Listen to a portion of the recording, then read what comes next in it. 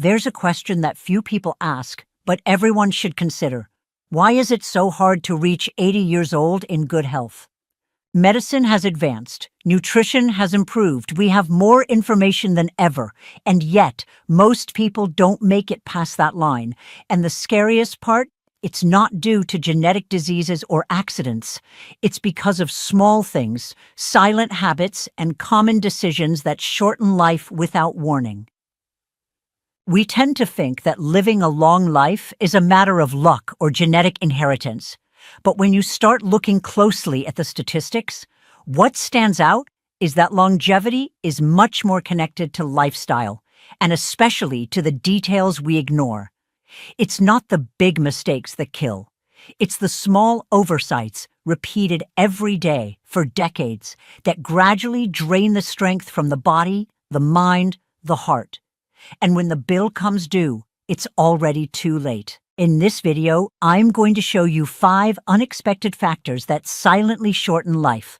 Things no one warns you about, that seem harmless, but are present in the daily routines of millions of people.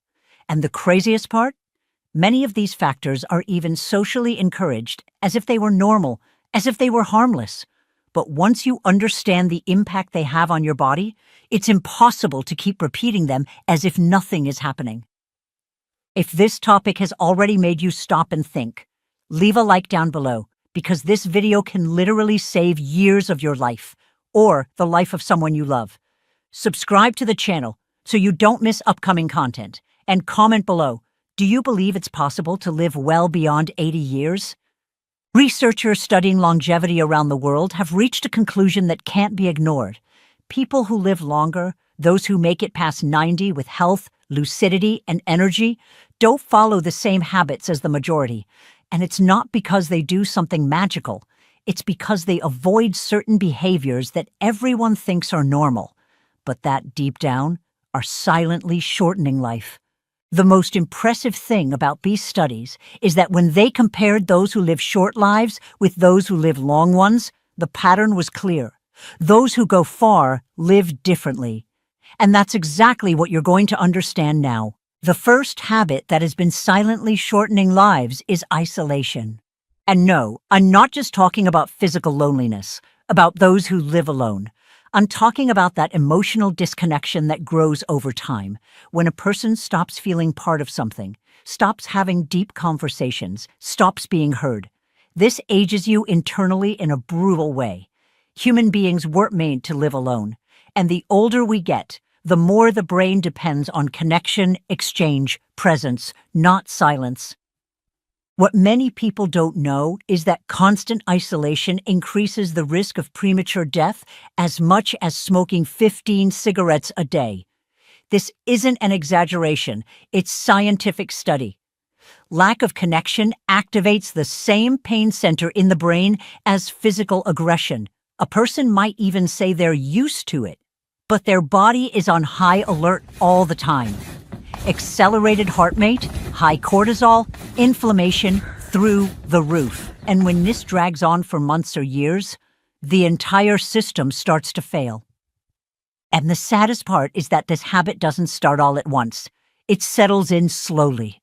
First, the person distances themselves from some friends, then stops accepting invitations, starts finding everything an effort, and before they know it, months have passed without a meaningful conversation. And the more time passes, the harder it seems to get out of that bubble. It's as if the brain starts to believe that being alone is the new normal, when in fact, it's a red alert for mental, cognitive, and even immune health. There's a Harvard study that followed people for over 80 years, the longest longevity study ever conducted. And do you know what they discovered?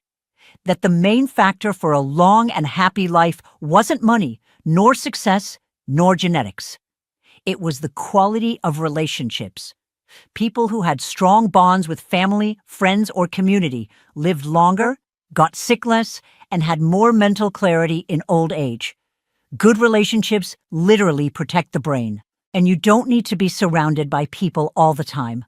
Sometimes 1 or 2 true connections are enough. What you can't do is accept living isolated, as if it were normal.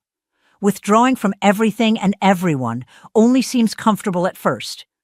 Then it becomes a burden you carry silently, but that the body feels, in the bones, in the heart, in the brain.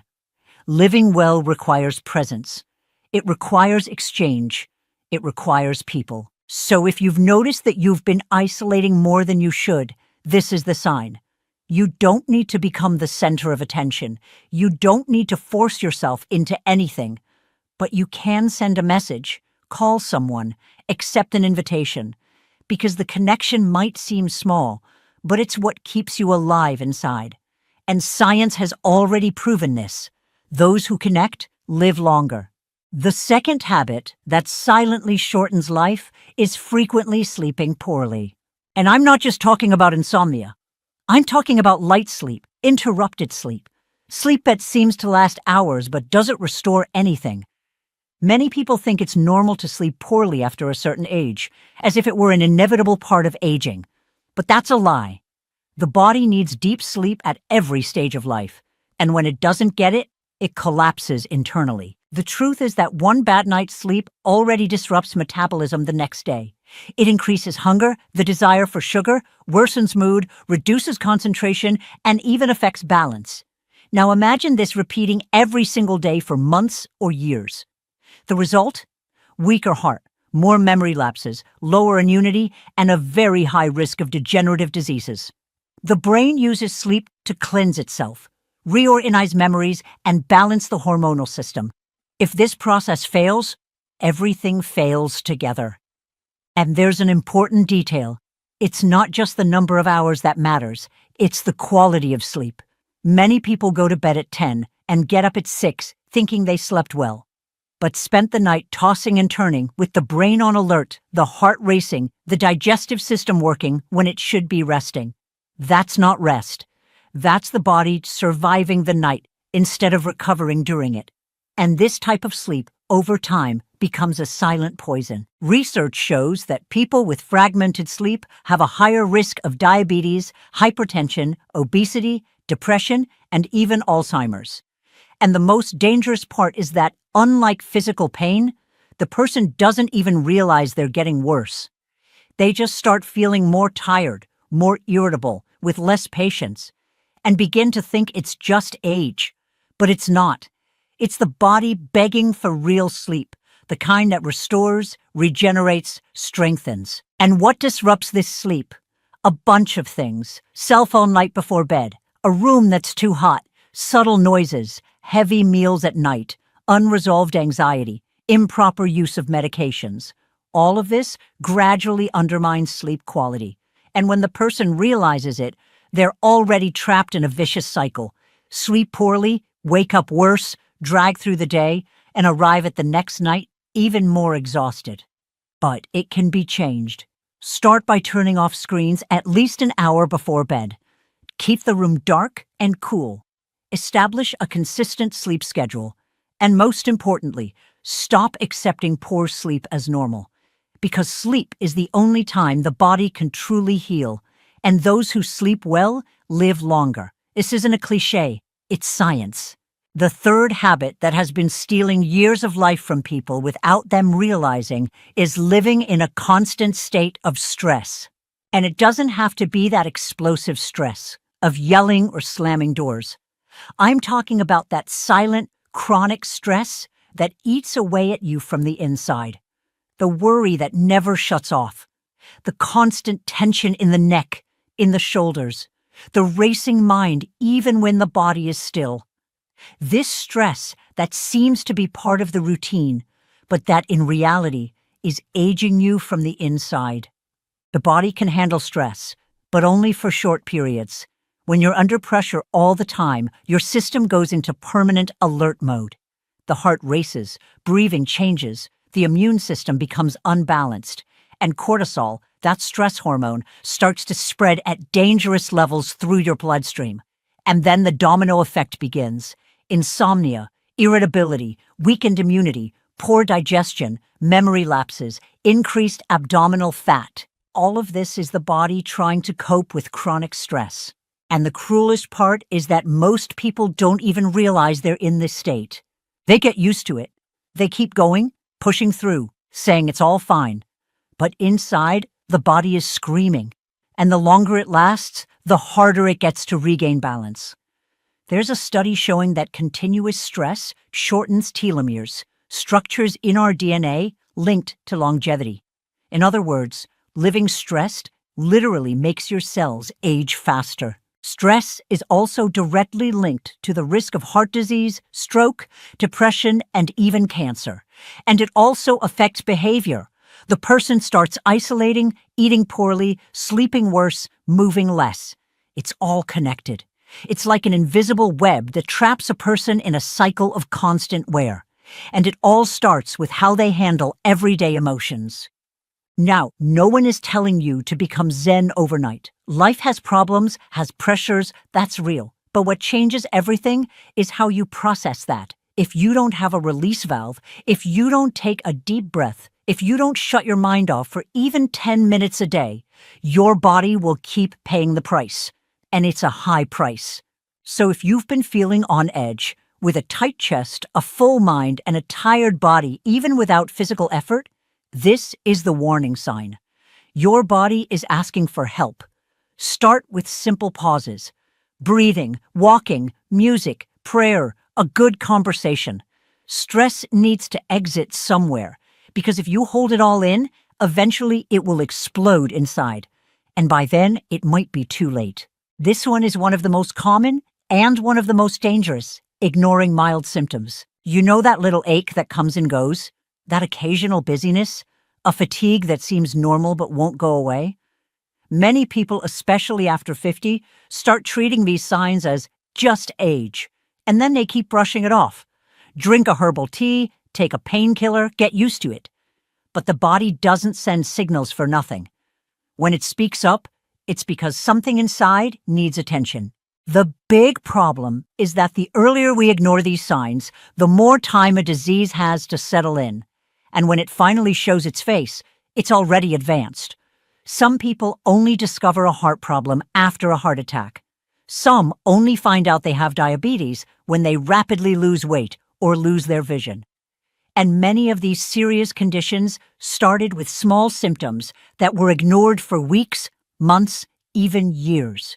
This happens a lot because we learn to tolerate discomfort, to normalize pain, to prioritize routine over our bodies. The person feels chest tightness and says, must be anxiety, feels short of breath and says, I think it's the heat, loses their appetite and says, must be age. And so the signs are muffled until the body screams. And when it screams, you can't pretend you didn't hear it anymore. Science has already shown that the key to a long and quality life is early detection. The sooner a problem is identified, the better the chances to treat, control, and reverse it. It's not about paranoia or running to the doctor for every little thing. It's about attention. It's about respecting your body's alerts, because no one knows your body better than you. And if it's sending signals, it's not for nothing. And here comes a very important point: routine checkups. A lot of people only go to the doctor when things are really bad. But tests are meant to catch things early, before they hurt, before they get complicated.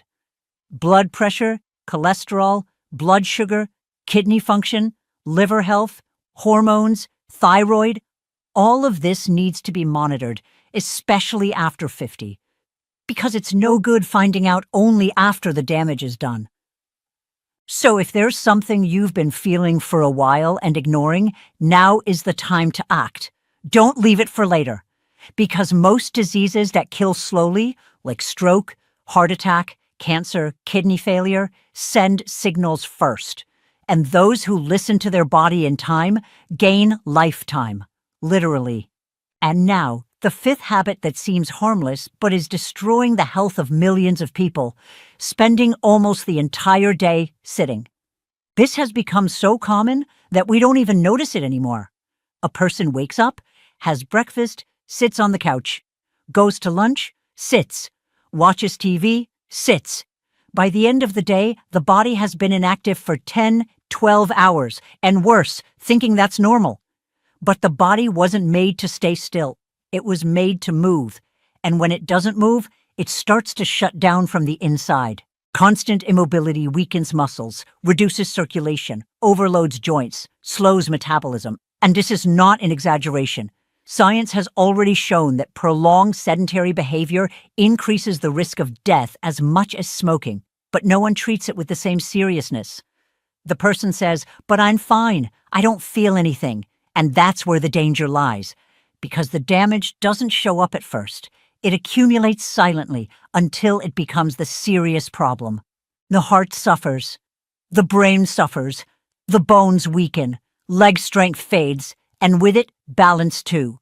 The risk of falls increases, autonomy decreases, and what was a bit of sitting becomes a routine that takes years off your life. Studies show that elderly people who move daily live longer and better. And it's not intense exercise. It's walking, climbing stairs, sweeping the house, stretching your arms, getting up from the couch, and taking a walk. And here's another point. When you move, you activate your brain. Blood flow increases, neurotransmitter production improves, the mind becomes more alert. Movement fuels mental clarity, and you don't need much. Sometimes just getting up every hour and walking around changes everything. The important thing is not letting the body sit idle all day like it's normal, because that ages you from the inside every day without warning. And if you think it's too late to change, you're wrong. The body has an incredible ability to recover, even after 60, 70, 80 years. Start with what you can. Stand up more often. Take a light walk. Move your shoulders. Rotate your ankles. Take the stairs instead of the elevator. Every movement counts. The body doesn't need perfection. It needs consistency. So, if you sat all day yesterday, that's okay. But today, get up. Even if it's just to stretch your arms, walk to the gate, go up and down a step. Movement is the language of life. And if you want to live longer and live better, it's with movement that you need to reconnect. If there's one thing that can completely change the course of your health after 50, it's this: getting a full checkup every year. And it's not just going to the doctor when something feels wrong. It's going before that. It's investigating while everything seems fine, because that's when you have a real chance to prevent something worse. Preventive medicine saves lives, but many people still treat routine appointments as a waste of time and only chase after help when the body is already screaming. A simple blood test can reveal much more than you think. It can show if your kidneys are starting to fail, if your liver is overloaded, if your heart is under pressure. And when you find these things early, the chances of reversing them are much higher. Sometimes just changing your diet solves it. Sometimes an adjustment in medication balances everything. But when you wait too long, the body charges you, and it charges dearly. And it's not just blood. A good checkup includes heart evaluation, blood pressure, glucose, cholesterol, thyroid function, bone density, eye health, hearing, oral health. All of this affects your longevity, because sometimes the problem isn't even where you think it is. Some people feel dizzy and think it's stress, but actually their blood pressure is unbalanced. Some feel tired and think it's age, but they're deficient in vitamin B12. And all of this shows up in a good checkup. In addition, doing this annual follow-up builds a trust-based relationship with your doctor. They get to know your body, your history, your profile, and that makes a difference when a new symptom appears. You're not starting from scratch. You're not wasting time guessing. You already have a baseline. You already have a sharp clinical eye following your journey. And that continuity is one of the greatest weapons against accelerated aging. And it's worth remembering. Mental health also needs a checkup. Sometimes what's missing isn't medication, it's conversation. It's looking inward. It's understanding that constant sadness, lack of motivation, anxiety are not nonsense. They're warnings. Just as we care for the heart, stomach, lungs, we need to care for the mind. Because if the mind isn't working well, everything else falls apart. And the sooner you recognize this, the lighter and healthier your path becomes. So if there's one habit that can protect you from several of us, it's this. Get your tests, track your numbers, understand your body. Don't put it off. Don't delay your health. because those who get an annual checkup gain time, gain clarity, and above all, gain chances. And when it comes to life, chance is everything. Here's another bonus tip. There's one thing many people underestimate, but it's one of the biggest keys to longevity: keeping the brain active every day. And it doesn't have to be big challenges or hard puzzles. It's the simple act of continuing to learn, question, explore, take interest in new things. The brain is like a muscle. If it's not stimulated, it weakens.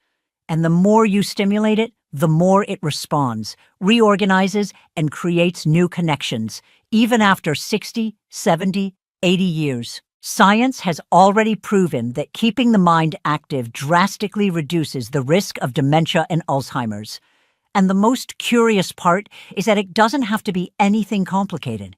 Reading, writing, learning something new, talking to different people, learning to play an instrument, using your phone with purpose. All of this is mental exercise. And the more variety, the better. Because the brain loves novelty. It feeds on challenge. And when you feed the brain, it protects the rest of the body. Also, an active mind gives life meaning. It gives direction, gives motivation to get out of bed. There's nothing more dangerous than the feeling that there's nothing left to do. That puts out a person's inner light. What keeps the fire alive is curiosity, engagement with the world, the desire to learn something new, no matter what it is. It could be cooking something different, studying a topic from your youth, learning to use technology better. It all counts. And do you know what else stimulates the brain? Teaching. When you share what you know, you relive memories, reorganize thoughts, and strengthen bonds. It could be with a grandchild, a neighbor, a friend. When you take on the role of teacher, your brain lights up. It understands that it's still useful, that it still matters, that it still has something to offer. And for someone aging, that's gold, because no one wants to just exist. Everyone wants to feel relevant. An active mind also protects your emotions. People who keep challenging themselves intellectually cope better with losses, with changes, with life's natural pains. Because a moving mind doesn't get stuck in the past. It keeps searching, adapting, finding new reasons to move forward. And that's what makes the biggest difference after 70. Having a reason to keep growing. So if you felt your routine is stagnant, if you feel like you're living on autopilot, this is your sign. Choose something new to learn this month, even if it's small, even if it's just out of curiosity.